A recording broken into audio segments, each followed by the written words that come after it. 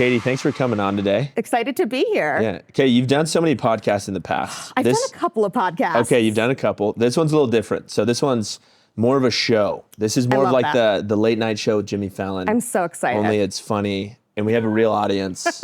So that's the big. I hear them. See the clapping? Yeah, you hear them. Real. You see them. Yep. They're here. We didn't pay anybody to do that. No. These are just friends and family. Yeah. These are just friends and family. So this is our first episode with our brand new sponsor, Customer with a K. Amazing. Which we love. We love Customer with a K. So we've got a short, he's flexing. He's in we got Gabe, Customer CMO. representing. That's right. So very first episode, basically, I'm just going to say a short clip for Customer here. So basically, they just launched like a full rebrand. You were involved in that rebrand. I was. NYC, tell me a little bit. On a billboard Wild. in Times Square, and my mother-in-law texted me and said, "Are you famous now? Why is your face on a billboard?" Was she just out in the wild and she saw you out there? She saw it on the internet and immediately texted me, and I was like, "I don't know how to explain help desks and e-commerce to you," so I was like, "Yeah, I'm like customer service famous now." Yeah. It was a great campaign talking about bad customer service. We've all had it, and very excited about what customers doing to fix that. They're doing a lot, and they're trying to end all the bad service. Yep. #end bad service. There it is. Cool. Okay, so we're going to jump in. So first segment of the OP show, we start the same every single time. Cool. It's called Out of the Box. So there'll be 3 segments. Mm-hmm. I don't know what the second segment or the third segment is, so it's kind of a surprise to me as well. It's a mystery. Okay. So we've got to uncover some of the mystery. Yeah. So I'm going to go through some of these questions here. So I did some digging on you. Who is Cati? What is she all about? Amazing. So I want to find out a little bit more about your experience at Daily Harvest. What kind of led you from the CPG brand space, selling a food product into mascara and moisturizers. Yeah. What was kind of that transition period like? It's a big range. I think I had always been a Glossier fan. That had always been kind of like the dream job. Even when I left Daily Harvest, my boss was like, "Did you get a job at Glossier?" And I was like, "Oh, I wish I got a job at Glossier. That would be amazing." Yeah. I think the thing that I really love, though, is brands that have like a mission and values that I identify with, and just working with good people. And I think no matter what product you're making, I think the people are the most important thing behind it. And everybody at Daily Harvest was so passionate about fruit. Yeah. And I was like, I didn't know that I was passionate about fruit until I got here, but this is so cool. And doing a lot of work to work with local farmers and be sustainable. And I was with them really early. I think I was like employee number 10 when it was all of us in like a co-working space at one table in Soho. And somebody would like go out to the warehouse to check on things because we were just so small, and then grew with them. I think we were over 100 employees when I left, and I flew out to Utah and I set up our Utah CX team. They were like, "Do you want to go to Salt Lake?" And I said, "Heck yeah." Yeah. And so they have a team in New York and a team in Utah, so we love the team. And then I am always interested, like I said, in mission-based companies. Between Daily Harvest and Glossier, I worked at a mental health company called Headway in the 2020s. A wild time to do any job, especially mental health. What was that like? It was both the most, I think, rewarding and overwhelming thing that I have ever done. Because and you were in operations there, so you weren't CX facing. I was doing a little bit of everything. So operations was kind of therapist support, customer support, scalability, tools management. So when I came in, they just said, "We get a lot of emails into our help desk. We don't organize them. We don't have anybody like account managing. Have fun." And got to, I basically set up their account management program with their therapists because they had hundreds. And once you got onboarded to the platform, it was like, you can email help@headway.com and somebody will answer you. Right. And really worked on getting kind of a personalized, like one-to-one, to the point where when I left, one of the therapists still called me for like 6 months afterwards. And I was like, "I love that you are so invested in your patient's experience, and I have no access to anything and I cannot help you. But I love the energy." It's because you were providing that great service, that great experience. I hope so. And it was very empowering to be able to help people, I think, especially in like March, April 2020, who had never gotten mental health support and who hit that moment of, oh, I think that I'm not okay and I need support and I don't know where to start, and being able to help guide those people. And like, I still use the product to this day. I found my therapist on Headway. So that's awesome. 2 thumbs up. So is that like another mission-based where you're like, "Hey, I'm passionate about mental health. I'd like to join a company that's really emphasizing in this, specializes in this. Yeah, 100%. And I knew their kind of like operations, like their head of operations from Birchbox, which was my first CX job. And, you know, heard about the company and I was like, well, I am very passionate about mental health. I am a person who has struggled to find a provider. Like we've all called our insurance companies and been like, how do I get a doctor? And the answer is like, we're going to give you a list. Have fun calling them. Yeah. So being able to provide that access. And I think the time of 2020 and like this company really figuring that out was great timing and it was a great product. And so I was very excited to work and actually like help them do that better. And then from there, Glossier came up and I was in a customer experience Slack. There's a bunch of those like Discords and Slacks. And their director put up, hey, we're hiring for some roles. And I just cold DM'd her and said, I love Glossier. What's this person's name? I would love to work. Jordan Donati. She's so cool. She lives in Australia now. Nice. But she was the director at the time. Just cold DM'd, hi, Jordan. You don't know me. I would love to work on your team. And it worked. And she was like, okay, I'll look at your resume. And I was like, I didn't know that actually worked. I thought you just cold DM'd into the ether. Yeah, that's right. And I remember telling myself I couldn't get too excited. Like I couldn't want it too much because I didn't want to be disappointed if it didn't work out. And so I, went through the recruiting screen. I went and I talked to this director, and then I had a 3-part interview with the customer experience manager, the head of culture and inclusion, and the head of training. And I ended that interview, and I was like, oh no, I really want it so bad. Everybody is so cool here, and the thing that really clinched it for me is I was asking each of the department heads, I was like, hey, what are you guys doing to support your teams and to support the community? And everybody had a separate answer to talk about how they were supporting the people on their teams and connecting with the Glossier community. And I think so many companies you see, it's like, we're going to look at the numbers first. And if we have community, that's also cool. And I think Glossier is such a community-focused brand. We started on Instagram. I get to actually talk to our community every day. I'm in the Instagram DMs. If you DM, sometimes you'll get me. And I'm just like, hey, how's it going?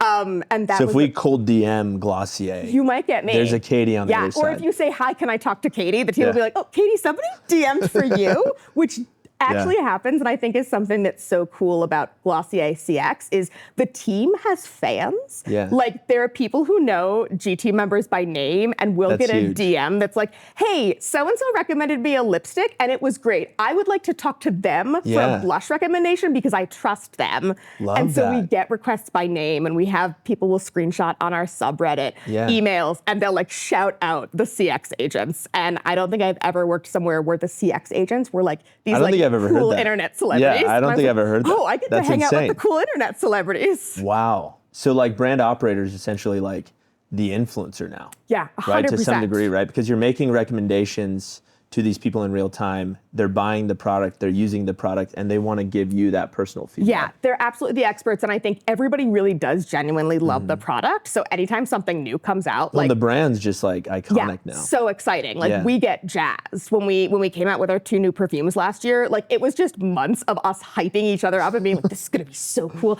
Have you gotten it yet? Did you smell it? Which one do you like?" I just picture you going in that office in New York, and everyone stands up. You're high-fiving everyone on the team. It doesn't not. You guys happen. are putting hands in the middle and doing little cheers. There's a lot of hype about it. Sounds There's incredible. a lot of really supportive people. And I remember starting and, it's, I think, a well-known beauty brand and very internet focused. And I was like, I'm kind of a weird girl. Like, is everybody going to be too cool for me? And I got there and I was like, oh, everybody here's like a little bit weird. And I love that. That's good.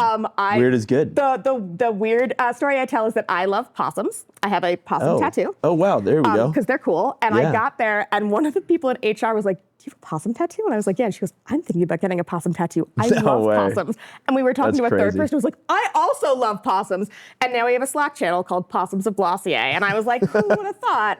3 people at the same beauty company were like, yeah, possums are awesome. Yeah, okay, what's so unique and cool about possums then? Because you have a passion for possums. One of my team members once said Cati loves critters, which I think is like the most apt way to describe me. Have you seen the movie Over the Hedge? I have not. It's a DreamWorks film. I feel like you'd really enjoy that. Does it have critters? It does have a lot of critters. I love critters. And I think one of the main characters is actually a possum. I love a possum. Possums are the only native marsupial to North America. Who thought I'd be doing possum facts here? They cannot get rabies.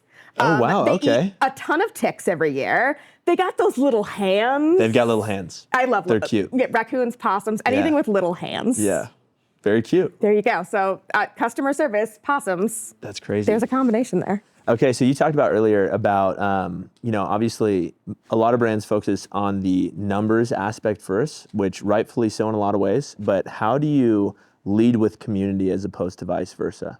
That's such a great question. It's something I think I'm continually trying to do better. Yeah. And I used to say I wasn't a data person, and that was a lie. I just wasn't using data right. Yeah. But I think the most powerful thing you can do when you know you have to bring numbers in is also bring anecdotal quotes and stories and experiences. So if I'm talking to the customers, my teams are talking to the customers, like we know, for example, I think Glossier was in the news a lot for our lip balm last year. We had changed the formula to be vegan. The community, not fans. Every day people were emailing us, DMing us, being like, what do I need to do to get the OG back? Yeah. And to really show the team and kind of get that feedback, we had the numbers of like, hey, this % of our feedback requests are about the lip balm. And then I could show screenshots of the tweets that was like, day 247 asking Glossier to bring back the lip balm. And, that's very powerful. And then when we brought it back, the amount of people who were like, they listened, they did it. And I got to, the day we brought it back, I got to go out to Washington Square Park and hand them out. 247 times. 247 times. That was the magic number. That was it. And I met this group of like 11-year-olds and they were like, oh my God, are you with Glossier? Are you giving out lip balm? And they started jumping up and down and cheering. And I was like, and this is why we did it. This is why we did it. Was for these 15, 11-year-olds in Washington Square Park, like cheering and fist pumping because their lip balm was back. That's incredible. And so being able to pair that experience with the actual data and show, storytell with it, not just show numbers on sheets, I think really helps you get what you want to get done. Yeah, it's funny because it's funny you mentioned that. I was in a more data-specific role earlier on in my career, and it's very difficult to get the answers that you need without the context. 100%. You can look at numbers all day long. They can tell a certain story, but without certain context or kind of like the qualitative side of things, it becomes very difficult to then formulate kind of a plan to go and attack. Yeah, 100%. And when you're looking at numbers and you're looking in your help desk, you're looking in, your looker reports. They all tell a different story. They all tell a different story. And something could be like, 90% of requests are about this thing. Well, the total number of the requests of those 90 are 11. So like, okay, cool. So 10 out of 11 out of our 3,000 tickets. It's actually not that big a deal, but it feels like a big deal when you hear 90%. So I think the storytelling and the context is so important. 100%. In your role at Glossier today, what are some of the most important skills that you've developed since being there and that you would say are the most important going into the next role? Yeah, I think I hate the term soft skills because I think it really undervalues like being able to talk to people. But I always say, you can teach somebody a system, you can teach them a process. It's really hard to teach people how to talk to other people and how to like think critically and problem solve. And I think that's the thing that I am always trying to do better at and that I really try to bring to every interaction is, hey, you're a person, I'm a person, we both want to get something done. It probably intersects. How can we work together and communicate well to get this done? We can figure out the systems, we can figure out the tools, but I think just being able to talk to people and to just really, think critically and kind of take the ego out of the room. I don't know if you know the show The Good Place, but their writer's room had a rule called Best Idea Wins. No matter what your rank, no matter how long you'd been there, if you had an idea that everybody liked, great, that's going in the show. And I think a lot of companies have, kind of like a hierarchy, especially in like the startup in software. It's a big, exciting place to work. And I love the idea that somebody could come in on their second day and say, hey, why do we do this way? And everybody goes, why do we do it this way? That's right. And then we can change it. And so I think just being able to take the ego out of the room and just communicate as people is so important. I love that. That's absolutely essential. What is the customer experience culture like at Glossier? You've mentioned some of this. Obviously, you guys have this insane passion for the community and the customer. But I think customer experience culture, it's kind of its own unique thing, depending on what company you're at. So Tell me a little bit more about that. It's a really fun team, and I genuinely like everybody that I work with as a person, which is not always true in every job. Right.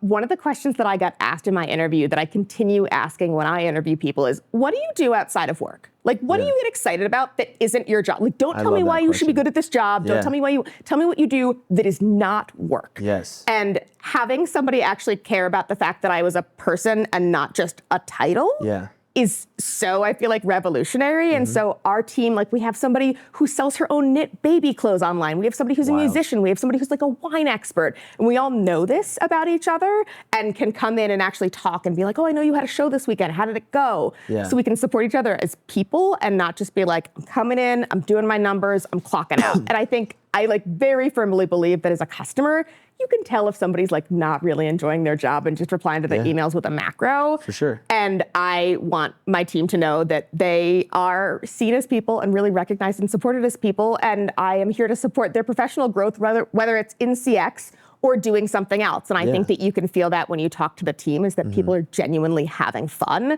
and like to be there and like to talk about the product. What's the craziest or the most interesting response that you got to that interview question? Ooh.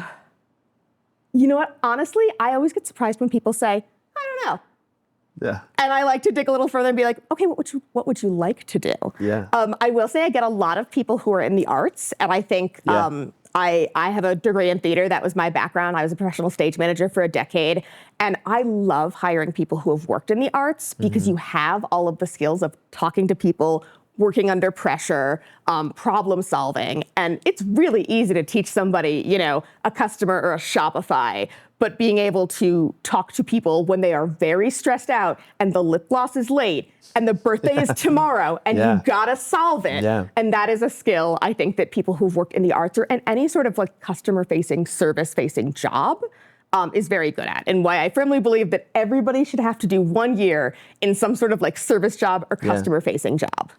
I love that. Yeah, I totally agree, because you have to, when you're in a position like that, when you're dealing with someone, whether it's face to face, like I sold skis in college. Like we'd travel town to town on the weekends and we'd sell skis and ski equipment to people. And you were selling them literally face to face. They were standing right next to you and you were telling them why they should buy this ski and the reason why they shouldn't go buy this other competitor who's on a ski rack like 10 yards away. And you're like, no, don't go over there. Don't even look over there. Yeah. What was the wildest response to somebody comes to you and you're like, I'm going to sell you this ski? That's a great question. I don't even remember. Even though I did it for 4 years, it wasn't crazy experiences. I've skied once in my life, but I knew everything about skis. I am so impressed that you know about the skis. I knew everything about the ski and the boots and everything that went with it. And basically, like, it was when the craziest thing too, we did one here in Park City. There would be like a line of people waiting outside the door. And then the second they opened up the doors, it was like this herd of people trying to get like the best deal on their ski equipment for the year. Love it. Because skis are obviously expensive, right? If you just buy them on like full retail value. So we were bundling things and it was, I mean, I think that was kind of the craziest experience, was just watching people go absolutely insane. They were feral barn animals. It feels like when you see like people like going for wedding dress sales, like this is the ski version of it. It was wild. And I was like, I'm not a big like ski outdoors guy. And I was watching these, you know, Patagonia vests and jackets get all hyped up over some Rosignol's. And I was like, whoa, this is one of the craziest things I've ever seen. It was kind of like World War Z. It was like zombies. Yes, but skiing zombies, which if zombies could ski, terrifying. I don't want that. They're cruising down the hill. That's a nightmare. Too fast. That is an absolute nightmare. Get out of here, zombies. Oh my gosh.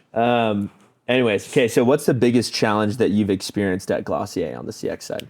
And how'd you overcome it? Yeah, so I tell this story as like actually one of the wildest things that's happened. So we have a team in the UK and we have a team in the US. And so by the time I've woken up, the UK team's been on for like 3 or 4 hours. And I woke up one morning and I had like 47 Slack notifications. And I was like, oh no, something bad has happened. And overnight, a code had leaked that was the founder's personal code. It was called Friends of Glossier. That had no email restrictions. Reddit thread? Reddit thread and Twitter. Somebody found it, put it online.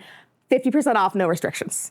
Whoa. And at that point, I think by the time I woke up, like 3,000 orders had come in and we were like, oh no, what is happening? This is bad. How do we get the code in? Or can we fulfill the orders? Should we fulfill the orders? And I was on a Zoom call for 7.5 hours that day. We just all hopped on. We were like bringing the computers to our kitchens, working from home, like making lunch, strategizing. Oh my gosh. And we fulfilled all the orders. We were able to take the code down, but I think something that we kind of did from that, because the community had so much fun with it, and we're tweeting, we're like, where were you when the Glossier, Friends of Glossier code leaked, and like sharing GIFs. Yeah. The one from The Office of Michael Scott yelling, it's happening. Yeah. Like every 5 minutes we were getting sent, and we were like, it is the fire happening. drill episode. Yes. Yeah. This is the Glossier fire drill. They're throwing the cat through the ceiling. Yep. Yeah. 100%. And that is exactly what it felt like. But your cat wasn't harmed in this. My cat was not harmed. Okay, he did get his dinner late, so like for him, I think that feels like harm. Yeah, Tough but day. you know, he made it through. What's his name? His name is Goblin. Goblin. Yeah. Shout out to Goblin. Also, if you DM Glossier, shout out to Goblin. If you're watching this, Goblin is sitting on my lap, and so you get a DM from Goblin. That's great. You don't know. But no possums in the apartment yet. Not yet. Not for lack of trying. Man, I would love a possum David, so much. You My that? husband We're over getting there the possum. is looking at me angrily, being like, "You cannot have a possum. Raccoon? Not gonna happen. Nope. All right, I'm trying. Yeah. I'll work on it. But we're pulling for you. Thank you. Thank you. All the fans at home, yes. Friends of Glossier, let's pull for a possum. Possums. But the fun thing I think we did after that is, because the community had so much fun, is we started doing a summer sale. We'd never done a sale outside of Black Friday, and we called it the Friends of Glossier sale. And we were like, hey, remember that time that code leaked? And it was bad for us, but it was great for you. Yeah, we're doing that again every summer. And so now we have a Friends of Glossier sale, which is it's 20%. It's not 50%, but still, for a company that only ever did one sale a year, this like really stressful day that nobody had ever dealt with before actually became a really cool brand touch point. That's cool. I remember ending that call. It was a Friday. Lemons to lemonade. Lemons to lemonade. And I remember ending that call and being like, man, if I was at any other job, I would be like, that was a terrible, miserable day. I was on Zoom for 7.5 hours. It was so stressful. But I ended the call and was like, we solved that. We figured that out. Great job, team. I love everybody I work with. I think like that's when you know you're working with the right people, is when you can solve a crisis and be like, we all still like each other. Yeah, that's fantastic. Shout out to the Glossier team. Shout out to the Glossier team. That's a big deal. They're so Coming good. back from that? Yeah.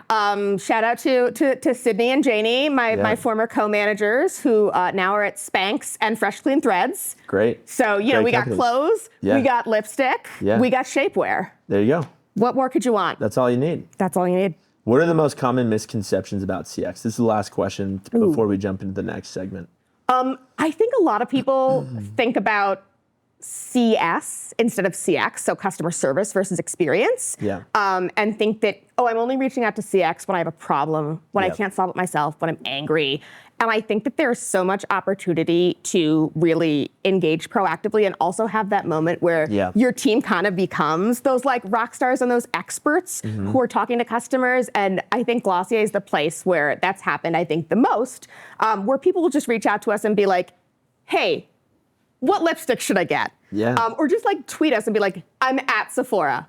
What lip gloss? What color? What flavor should I get? And it's just fun. And our team has so much fun engaging with that. And I think that a lot of people think of customer service as only firefighters and only problem solvers, and they can absolutely do that. But I really think leaning into customer experience also means you have these people who have this wealth of knowledge about the customers and about the brand and company, and being able to share that both internally and with your customers and your community is so untapped. Super important too.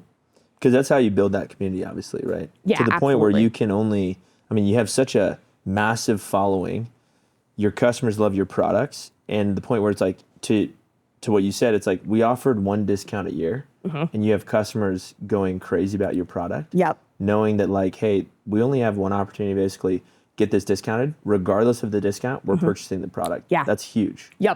Yeah, we have people, tweet us. They're like, when does the Black Friday sale start? I'm going to buy all my perfume for next year. In June I'm ready to go. Every year we Months start getting ahead. in the summers. Are you going to have a Black Friday sale? When is it? What's it going to be? I got to get ready. I got my list. Yeah. Crazy. Well, Katie, thank you so much. Okay, that concludes segment number 1, out of the box. Segment 1. Segment number 2, would you rather? I'm scared and excited. Good. Those typically go hand in hand for me. Okay, amazing. I'm in the right place. There's going to be 8 slides with questions on them. Okay. Players decide which scenario they would rather do and discuss why. All right, I'm ready. Let's do it. Okay, let's jump in. You want to read this first one? Okay, yeah. Would you rather be able to communicate with animals, but they talk back in riddles, or I be feel like able you to love that. communicate with plants, but they speak in ancient languages? 100% animals. Yeah. Yeah. Tell me why. Can you imagine like a little raccoon giving you a riddle? I think it would be adorable. I can now, after this entire conversation. Yeah, I'm just picturing like you're surrounded by them. You're like the pigeon lady in New York. They're from standing Home up Alone. on their like little legs asking you riddles. Yeah, and you're just solving them. I think it's like intellectually stimulating. You're like, oh, I get to problem solve with these little critters. Yeah. And also I'm terrible at languages. So I think if like, I would love to learn the ancient languages. Yeah. I took Spanish for 6 years in school and I can say nothing in Spanish. My brain does not work for languages. Yeah. I'm trying to do Duolingo German. The owl's always mad at me. We have a linguist out here. He speaks a lot of languages. So not ancient. None of them are ancient. Actually, one of them is about 5,000 years old. I just learned that yesterday. Yeah. That's pretty old. That's old. Yeah. Which one would you pick? Animals. Yeah, animals. I like riddles. Yeah. Animals are cool. I'm not like obsessed with animals. Like my dog's cool. Yeah. What's your dog's name? Griffey. Griffey. What kind of dog is he? Griffin. He's a Bernedoodle. Oh, so cute. Okay. Yeah, very cute boy. My kids love him probably more than I do. I'm more of a people person. Okay. Yeah, that's fair. Human person. And I just like to speak to humans most of the time. So yeah. But I would choose animals in this one. Yeah. Imagine if Griffey came up and told you a riddle one day. Yeah, I'd be freaked out. It would be wild. Yeah. I'd be like, hey, stop doing that. Number 2, would you rather be stuck in a video game world with no way to escape, or have every character in a book you read become real and interact with them in your life? Everyone. Yeah. I'm like, oh no. I've read a lot of books. Yeah, Voldemort. Yeah, bad. Bad guy. Like Gollum? Yeah, like, yeah, equally bad. Would fully just throw me into a river, and I'd be like, well, that tracks for me. So I'm gonna say video games, which also scares me because I am not a video game person. I am not good at them. I have bad hand-eye coordination. Yeah. But I think that I could problem solve my way, and like we like an immersive environment. Yeah. And there's like little characters you can get hints from in video games. What if like the video game was Animal Crossing? Oh, wow. Like, I'm just and those animals are asking you riddles. And they're asking me riddles. Wow, it's all full circle. That's right. I love it. Which one would you pick? I'd do video game as well. Yeah. I'd do video game as well. I think of like Tron. Oh, okay, yeah. Which I'm like, old arcade games, right? We're not specific about which video game. It could be a really easy one to get out of. Yep.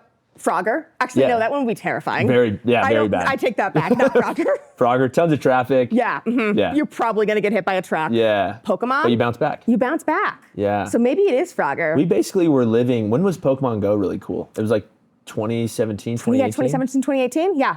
We were basically living in a video game. Yeah. Remember the excitement of like seeing somebody in a crowd be like, there's a Bulbasaur, and everybody would turn. Shift over there. Yeah. Wild times. Those were great days. Great days. Simpler times. Yeah. Number 3, you want to read this one? Would you rather be able to understand the meaning of all dreams, or have the ability to enter and control your own dreams? Ooh. That's an easy one for me. Okay, which one's for you? Enter and control. Okay, tell me more. I just think, I don't know, Inception. I think if I could control some of the dreams I was having, I feel like we get some answers to questions too. In like this dream state. I feel like there's kind of like this realm almost that we forget about, because oftentimes we do forget our dreams. I think they're like lucid dreams or something like that. Is when you can actually like control them. Yeah, control them. So I think that would be super, super cool. I think I agree with you on that. And, not just because I am a control freak, but a little bit because I'm a control. Like, I would love to be able to, like, we're going to direct this. Yeah. The theater degree coming in handy, being like, okay, it's just Stage a play in my head, That's and right. I can make this happen. I had this dream growing up when I played basketball, and it was almost a nightmare. I kept missing the game-winning shot. And it was like this frequent dream that I would have. And I'd like to go back into that dream. And Control hit that shot. Knock it out of the park. Yeah. Yep. I have a similar dream where I am in college and it's a math final, and I have forgotten that I've signed up for the math class, and I've not been to any of them, and I will not graduate. And in case I get this, I did not take any math classes in my theater college. Really? Didn't even happen for me. Yeah. But I would love to go into that dream and be like, and then I got 110 on the math quiz. That's right. Something that you can do. That's right. And then you just come back into real life and say, hey, guess what? I aced this. Yeah. I'm great at math.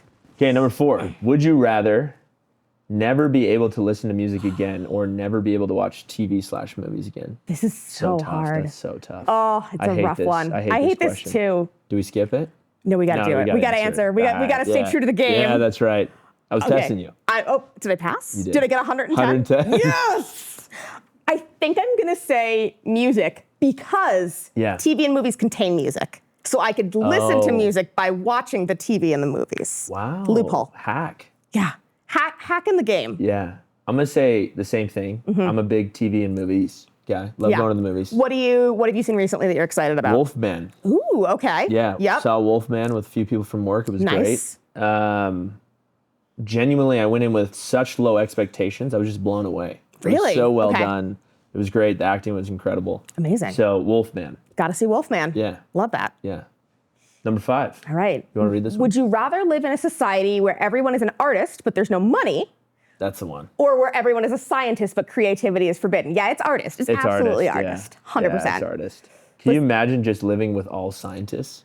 I mean, they would solve a lot of problems. We'd probably all be sad too. Yeah, we would. You know, like how do you work through all of your feelings if you don't have the art? Well, I feel like you've got to get creative, especially in science, right? So it's almost you can't really think outside the box if you're not thinking creatively. Yeah. Number 6. Would you rather time travel to meet your ancestors, but be completely mute? Kind of weird. Yep. Or time travel to meet your descendants, but they don't recognize you. That's a nightmare. Immediately time travel to meet my descendants because I love drama that's not my own drama. And I would just sit there and be like, what are you guys working through? Interesting. Yeah, and they don't even recognize you. They don't even know. Yeah. They have no idea. And they're just talking shit about you the entire time. Yeah, and I just get to watch it and be like, ah. You're like, now okay, I know. so I was the problem the whole time. It was me. Yeah. I'm the problem. See, that one's so tough for me. I'm going to do the ancestors one. Okay. And just observe what weird stuff they were doing back in the day. I'm sure you probably learned stuff too. Yeah, for sure. Just take it back with me. Yeah. You'd have all the ancient knowledge. Yeah. Bit of a history buff. So there you go. Number 7. Katie, you want to read that one? Would you rather have the power to reverse one bad decision from your past or be given the chance to see one event from your future with absolute clarity? Wow. This is so intense. Wow. I feel like I have not had enough coffee to have these deep thoughts, but I also have to make a decision. You do. In the interest of the game. Yes. I like to try to not have regrets. I think that even if a decision was wrong at the time, or even if it didn't work out the way I wanted it to, I probably learned something from it. So I am going to say, see an event from the future with absolute clarity. Which event? Who knows? Who knows? Because it's in the future. Yeah, and maybe it's a surprise. Yeah. Maybe I just say, show me an event. And could the event be that day I made a really good peanut butter sandwich when I was 50? Maybe that's it. And I'm like, sandwich is going to be so good. It's going to be so good. I can't wait. Yeah. I do the same thing. Yeah. Okay, number 8. Good question. Yeah, those are good. Those are good. Would you rather live in a world where you're the only person with a sense of humor? I basically live in that world today. Wow. That was a good laugh. Wow. Sorry, the audience. No one laughed out there. Proving the point. Proving the point. There we go. Or one where you're the only person who can feel love. Sheesh. Okay, this is the hardest question. I'm gonna cry. Yeah, same. I was like, I'm gonna get choked up now. Imagine not being able to feel love. I think I have to go with the sense of humor because I just cannot imagine a world where you can't feel love with people. That would be so sad. So sad. Yeah, I'm gonna do that one too. The love part. I feel like we're very aligned on most of these. We're super aligned. Great job. Yeah. Okay, emoji story. Segment number 3. Okay. You ready? Am I? Let's find out. I'm not ready. I have no idea. We'll get there. Okay, there's going to be 5 stories told with emojis. Players will try and figure out what story the emojis are telling. Example is on the next page. Okay, let's see the example. Okay, here's the example. The adventure begins. So the translation is a group of friends packs their bags, flies to a new country, explores the mountains, and has an unforgettable adventure. That's a great emoji story. Crazy. I want to go on that emoji story. Look how happy they are. They're having amazing. They saw a sunset. Yeah, that's and maybe cool. a the star. Mountains. Yeah, that looks like Yosemite and maybe Utah. Maybe they were adventuring around Utah. Yeah. Okay, let's jump in. Let's do it. Okay. It's a sunny day, surrounded by beautiful ocean views. Yeah, we're at on the beach. Yep. There's a we cocktail. got drinks. Love that for us. We got drinks. We're wearing our sunglasses because we care about sun protection. That's right. Being safe. Yeah. Mm-hmm. And you, at Glossier, we've got our Glossier sunscreen. We do. We got Invisible I'm lathered Shield, up. SPF 50. Yeah, maybe 70 for me. Maybe 70. And there's palm trees, and we're taking pictures. We're having a good time. Yeah. We're creating memories together. I love that. Yeah, we're having this amazing beach vacation. Okay, let's see what it is. Translation, the perfect day. Oh. A perfect day at the beach with sunshine, drinks, relaxation, and photos. Okay, we forgot the relaxation. Well, we nailed that pretty much. We crushed it. We got the vibes. We crushed it. Okay, number 2. Oh no. This one seems both sad and stressful. Yeah, I don't love this. Yeah. So somebody, just your normal day. Yeah, somebody gets their heart working broken. at CX, yeah. Maybe texts their friends. Maybe text the CX team and is like, "Hey team, I'm having a time." Yeah. So we discover there's a 50% discount code for Glossier products. Yep. Mm-hmm. I get a text or a tweet here. Yeah. Yep. I'm sad about You're it. sad about it. I'm puzzled. Yeah. How do we solve this? Right. What happened? Now I'm upset. Am I? Maybe you're just frustrated that you're gonna have to do all of this stuff to kind of bring it back. Yeah. And then murder. And then murder. murder. Hopefully there's no murder. Fingers crossed. Or I'm in the kitchen. Yeah, I'm in the kitchen just cutting up some vegetables. You're making a delicious dinner to reward yourself for all the hard work you did with your nice sharpened knife. That's right. Hexclad. Shout out Mike. Okay, let's see what it is. The breakup. Oh no. A breakup happens over text. Yep, leading to sadness, frustration, and anger. But the knife, that's murder. That's totally murder. That's straight up murder. Yeah, no, that anger and murder, I feel like, is a very big range. Yeah. Very big range. Okay, cool. Number 3. Oh, this one's fun. This one is fun. Some dancing. We're partying. Celebration. There's music. There's a party. Yep.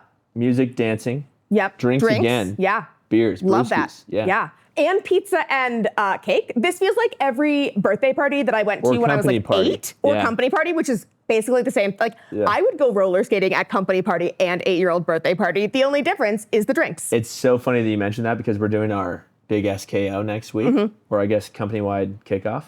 We're going classic skating after. Nice. Is there going to be pizza there? Sure. Yeah. Is there going to be cake? Party hats? Cake? Yeah. Maybe. Balloons? Meg? Is there going to be a flamenco dancer and also maybe a disco dancer? Very nice. Love it. Okay, let's see what it is. The party. Okay, it's a fun party with dancing, music, drinks, food, and lots of celebration. Crushed it. We nailed it. Yeah. Yep. Company party. Basically just, okay. Ooh, a mystery. Inspector Gadget. Yep. He's using his glass. Go-Go Gadget magnifying glass and his Go-Go Gadget keys. Yes. To open this door, unlock this door, and behind it is dynamite. Oh, no. And his eyes get really big because he just witnessed a crime scene. Am I going to explode? Yeah. A bad time for Inspector Gadget. Yeah, but he's got all those gadgets. He can probably fix himself. Yeah, he'll be okay. He's probably got an extinguisher in there. He absolutely does. Okay. You want to read that one off? The mystery. Yeah. A detective solves a mystery, finding a key to a locked door with a surprising revelation. We took that one really literally with the explosion, but I think that ours is fun. But that would be a surprise for sure. It would, yeah, if there was just an explosion. Yeah. I think I've never not been surprised by an explosion. Thank you. Okay, next one, number 5. Okay. This feels like a banquet. Yeah, we're at some sort of dinner. Yeah. There's fancy clothing. Nice, yeah. There's wine. Nice dress. Yep. We're talking. There's love. There's love. You fall in love at a nice, this is like an anniversary dinner, perhaps. Yeah, I love that. And then there's a bigger heart, so you're like super in love. Super in love. Married. I love that. Yeah. Okay, let's go. The first date. Oh, the first date. Okay, yep, a romantic first date with dinner. But that huge heart? Yeah. On a first date? That's a lot. Maybe that's a lot of love commitment. Bombing. Yeah, love bomb. Maybe everybody should examine, where they're at, or if they're just chill out. Ready for a relationship right now. Yeah.